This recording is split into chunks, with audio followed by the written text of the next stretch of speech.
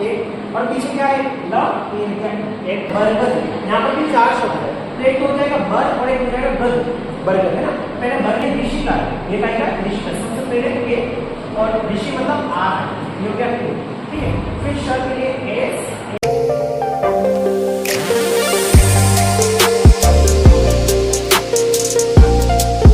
Hello मेरे प्यारे बच्चों, कैसे हैं आप सभी? होप आप सभी बहुत बढ़िया होंगे, अच्छे से आपकी स्टडी चल रही होगी, सब बहुत बढ़िया पढ़ रहे होंगे। आज का ये वीडियो बहुत ही इंपॉर्टेंट होने वाला है आप सभी के लिए, क्योंकि इसमें हम देखने वाले हैं बेटा कि हम हमारे जो हिंदी के नाम होते हैं, बहुत सारे ऐसे नाम होते हैं उनको जब हम इंग्लिश में लिखते हैं तो वो लिखना हमें नहीं आता है ना। इंग्लिश हम पढ़ना आ जाती है, पढ़ लेते हैं, लिख भी लेते हैं, लेकिन कभी कभी कुछ एक नाम ऐसे होते हैं जिनको लिखने में बड़ी समस्या होती है।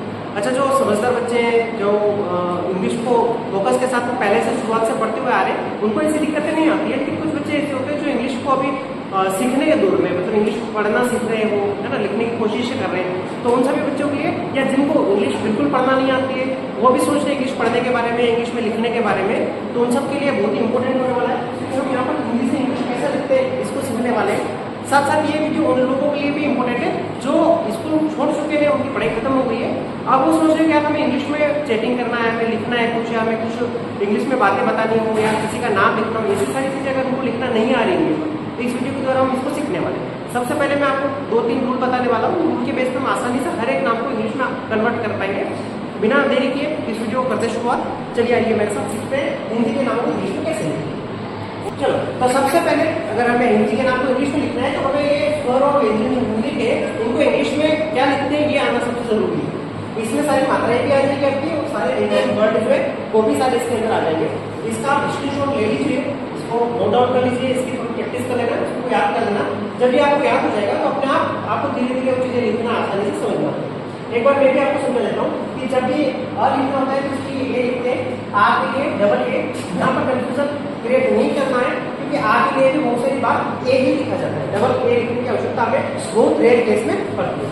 इसके बाद ई के लिए हम आई लिखते हैं, बड़ी ई के लिए डबल ई, ऊ के लिए यू, और बड़े ऊ के लिए हमें डबल ओ लगाना पड़ता है, ठीक है। इसके बाद ए के लिए ई, आई के लिए ए आई भी लिखती है और ई आई भी लिखती है, दोनों हम लिख सकते हैं। ओ के लिए ओ, आओ के लिए एयू या ओयू हम दोनों लिख सकते हैं। अल के लिए ए और अह के लिए एच, यहाँ पर ऋषि रह गया था, इसके लिए आर आई।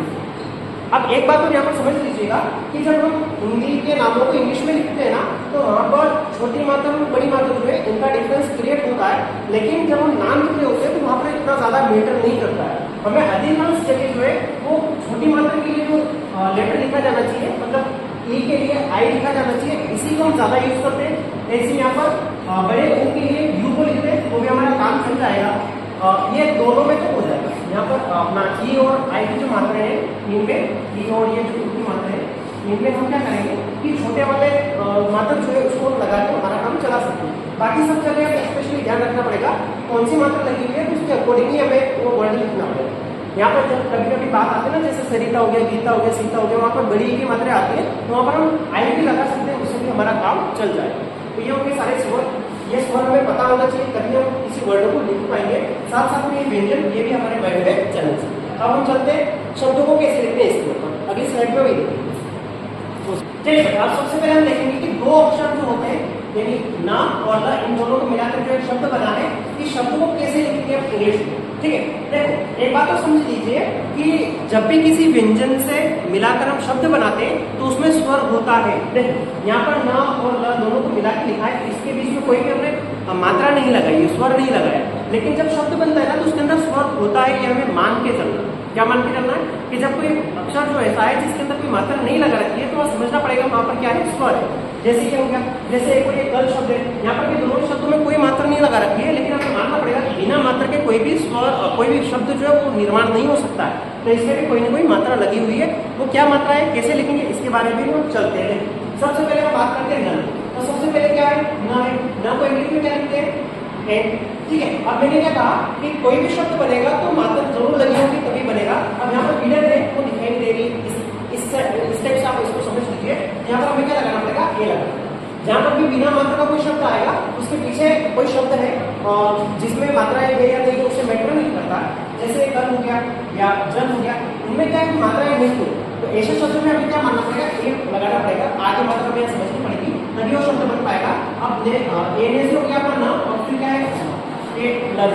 अब आप सोच रहे हो सर आपने कहा था कि यहाँ ए के बाद ए लगाना पड़ेगा, फिर ए के बाद भी ए लगाएंगे, तो ऐसा नहीं है। आखिरी शब्द में मैं नहीं लगा, आखिरी शब्द में कोई मात्रा लगाने की आवश्यकता नहीं पड़ती है, लेकिन बीच में जो शब्द दोनों जुड़े हैं ना, ये जुड़ेगा इसे और कोई मात्रा तो उसी से जुड़े होंगे, इसलिए यहाँ पर हमें लगाने की आवश्यकता है, ए लगाने की आवश्यकता है। ऐसे ही जल, तो जे को क्या बोलते हैं जे। अब यहाँ पर भी कोई मात्रा नहीं है, यहाँ पर भी कोई मात्रा अपनी नहीं है इसके अंदर, हमें क्या समझना पड़ेगा कि यहाँ पर ए होगा, फिर क्या है एल। अब एल के पीछे ए लगाने की आवश्यकता नहीं है क्योंकि वो आखिरी शब्द है, वहां पर मात्रा लगाने की आवश्यकता नहीं है, लेकिन बीच में हमें मात्रा लगाने की आवश्यकता पड़ेगी।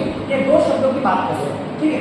वही बात करते हैं कल, तो कल ये कल के लिए लिखा है ए, अब कोई मात्रा में क्या लगाना पड़ेगा ए, और पीछे क्या है ल, ये लिखा है ए।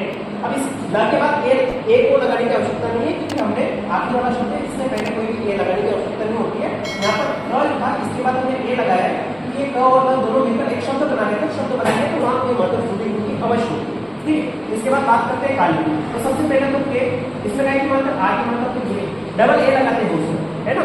इस यहाँ पर आ की मात्रा में डबल ए आना चाहिए, तो मैंने वहां बताया था कि डबल ए हम नहीं लगाएंगे, आ की मात्रा के लिए हम क्या करेंगे ए को नहीं लगाएंगे, डबल ए को नहीं लगाएंगे। अच्छा गलत नहीं, लेकिन वो दिखने में अच्छा नहीं लगता है, इसलिए हम डबल ए नहीं लगा के सिंगल ए लगाएंगे, तो के ए।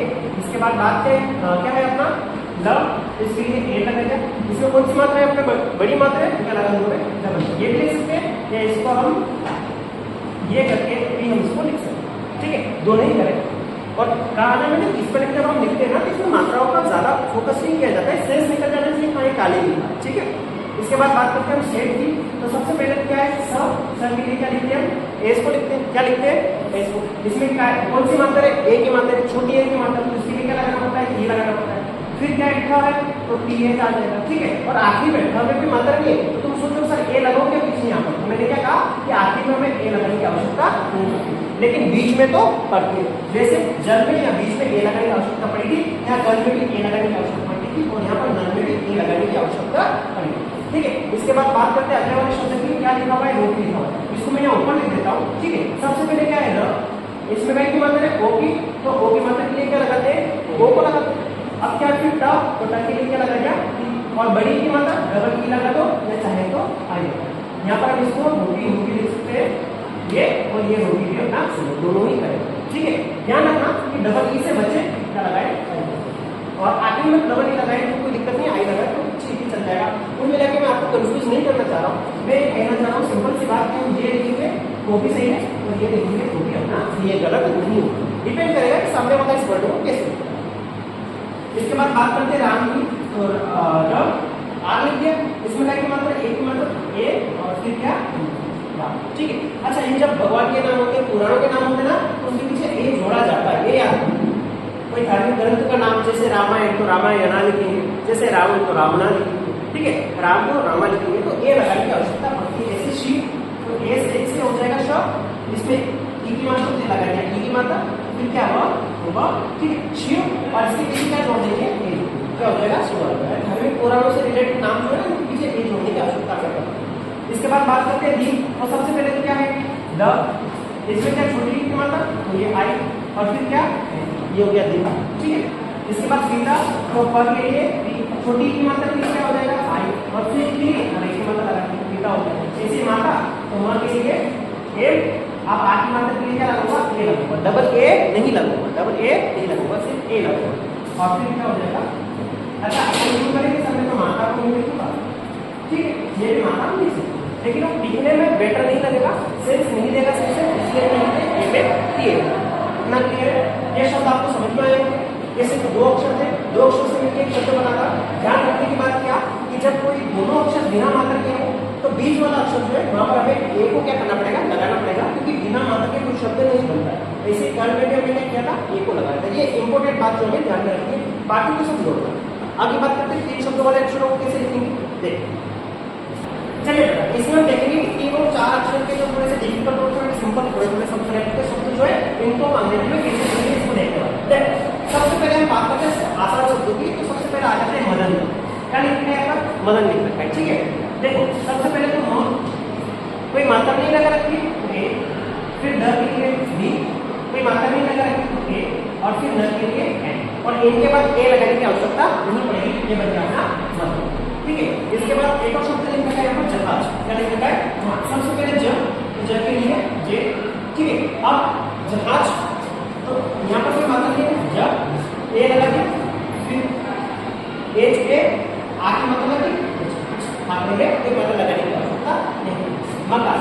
तो ये कोई मात्रा नहीं है, ए फिर ए की मात्रा आ हो गया, ठीक है, और मकान, ठीक है।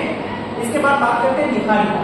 तो इसमें दो शब्द हो रहे हैं, लिखा हो रहा है, लिखा हो रहा है। जब ऐसा शब्द आएगा समझो, जहाँ पर 4 शब्द या 4 से ज्यादा शब्द होते हैं, तो वहां पर हमें दो पार्ट में शब्द को डिवाइड करने का काम करना है, बढ़ाने का काम करना है। अगर दो शब्द में शब्द बढ़ जाता है तो उसको हमें अलग अलग टुकड़ों में लिखना है। पहले हम इसको देखते हैं लिखा लिखा। तो न के लिए एन, छोटी के लिए आई, फिर हर के लिए एच, आर के लिए ए, लिखा हो गया। अब इसके बाद लिखा लिखना है, ये आर, छोटी की मतलब आई, और ये लिखा हो गया, ठीक है।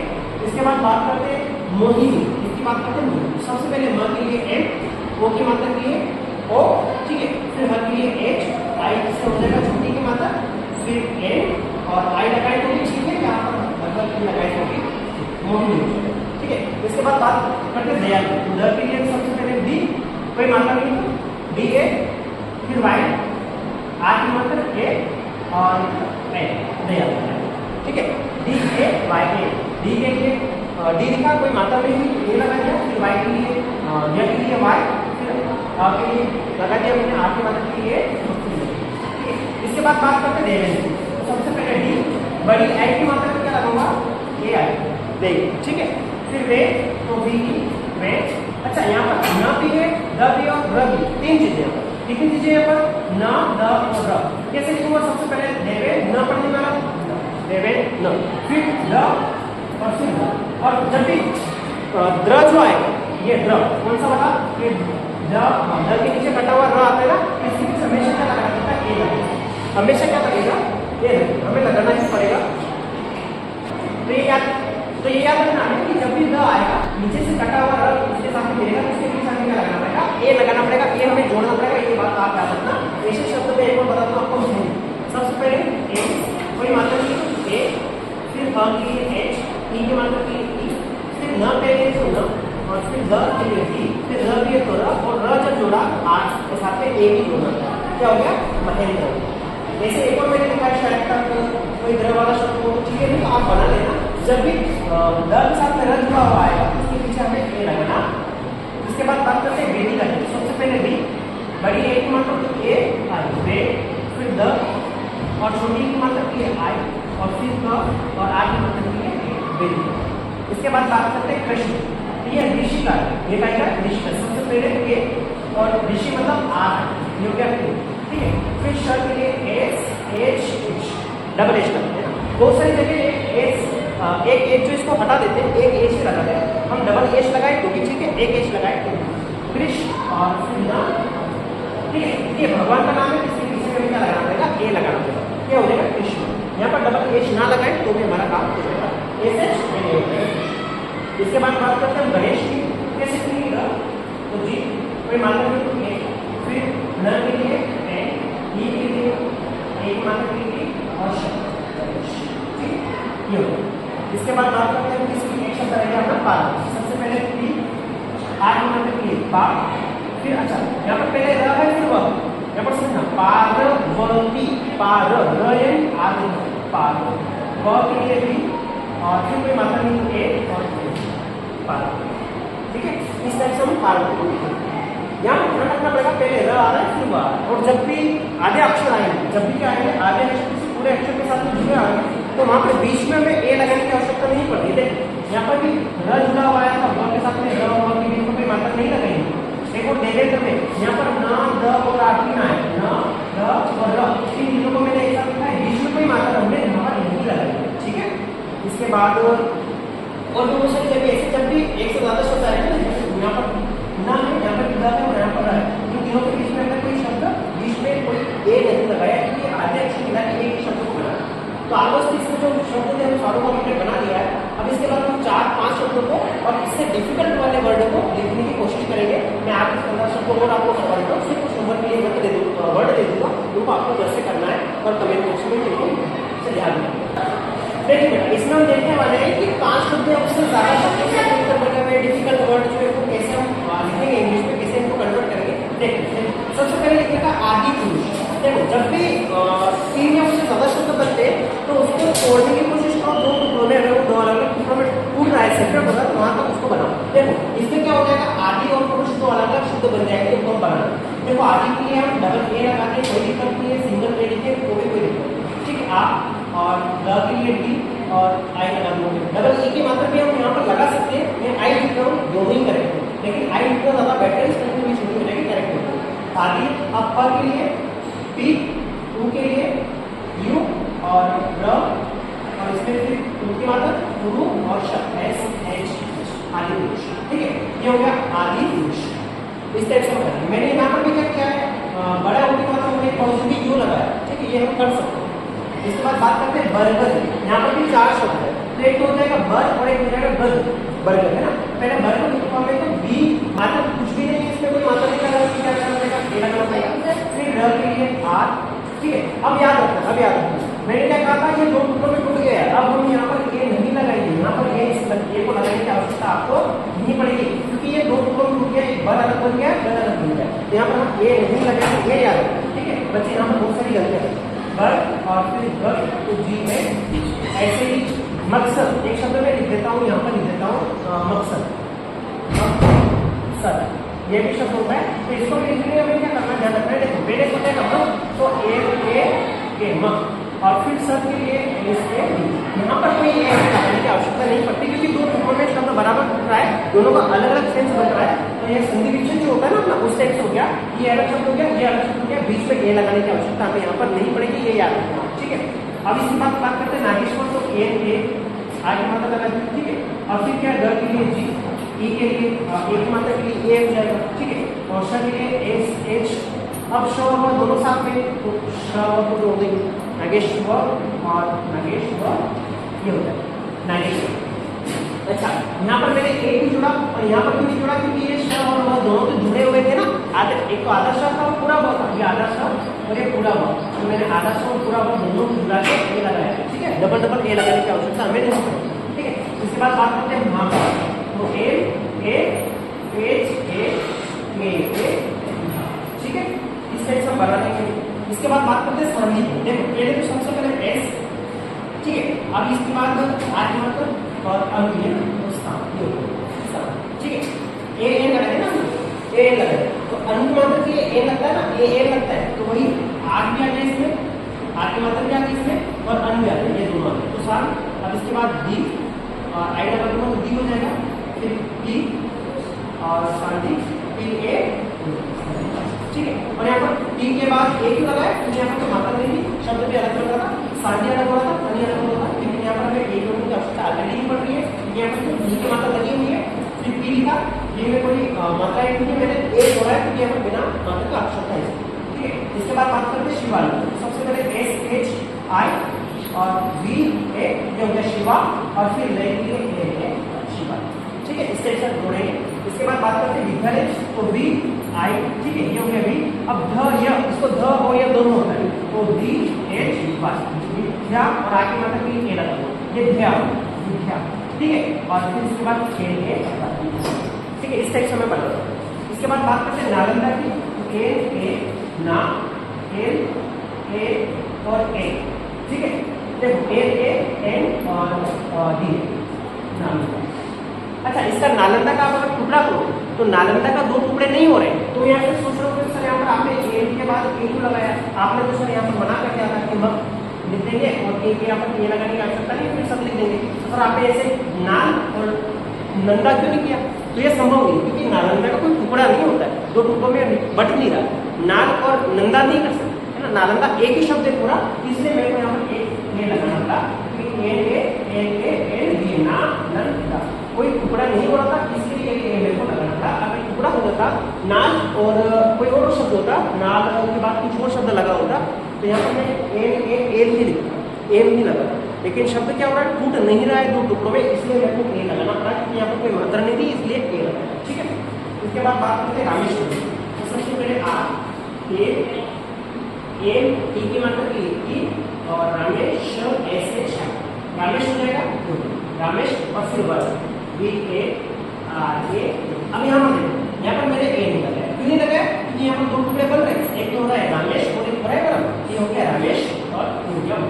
यहाँ पर ए लगाने की आवश्यकता नहीं पड़ेगी, लेकिन ये नालंदा में हमें ए लगाने की आवश्यकता पड़ रही थी क्योंकि ये दो टुकड़ों में शब्द नहीं बन रहा था, इसलिए मैंने ए के बाद कोई मात्रा नहीं लगी हुई है तो ए लगा दिया। ये जो ल था ना, इस ल के बाद कोई मात्रा नहीं थी तो ए लगा दिया। ठीक है, ये समझ में आया। इसके बाद बात करते हैं अस्त है। इतना बड़ा शब्द देख के हमारा कॉन्फिडेंस कम होता है, वैसे हम लिख नहीं पाते हैं, इतना बड़ा शब्द कैसे लिखेंगे पता ही नहीं, कब सबसे आसान। अब ठीक है, अब ये श, ठीक है, और आगे और आगे मतलब ए होगा।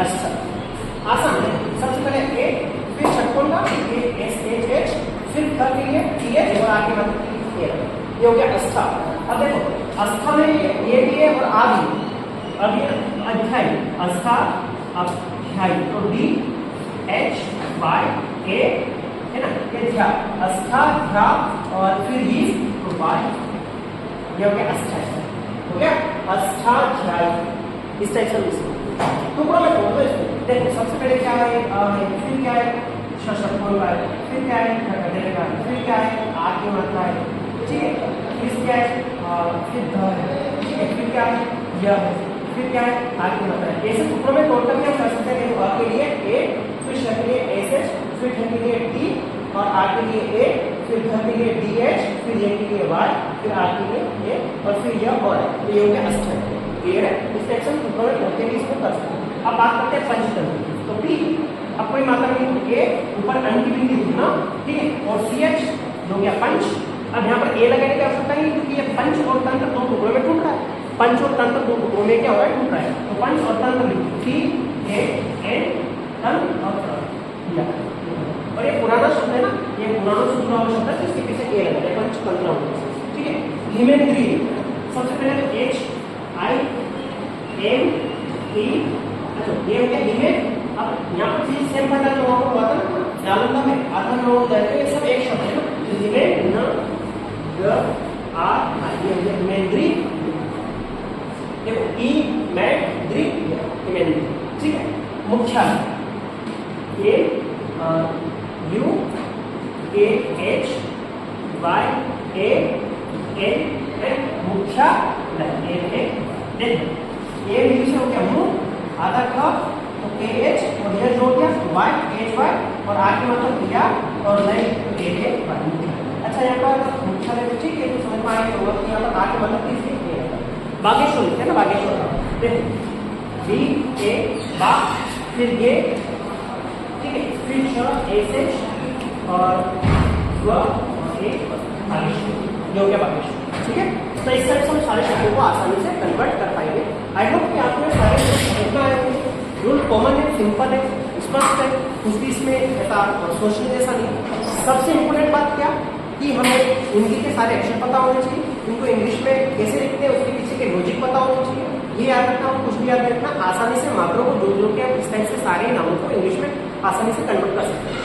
अब आपके लिए कल के लिए होमवर्क है, मैं आपको 20 वर्ड जो है यहाँ पर आपको स्क्रीन पर यहाँ पर शो हो रहे होंगे, उनको मैं दे रहा हूँ होमवर्क में, और ये आपको घर से करके लाना है। अगर वीडियो पसंद आता है तो लाइक कमेंट शेयर और सब्सक्राइब जरूर करना।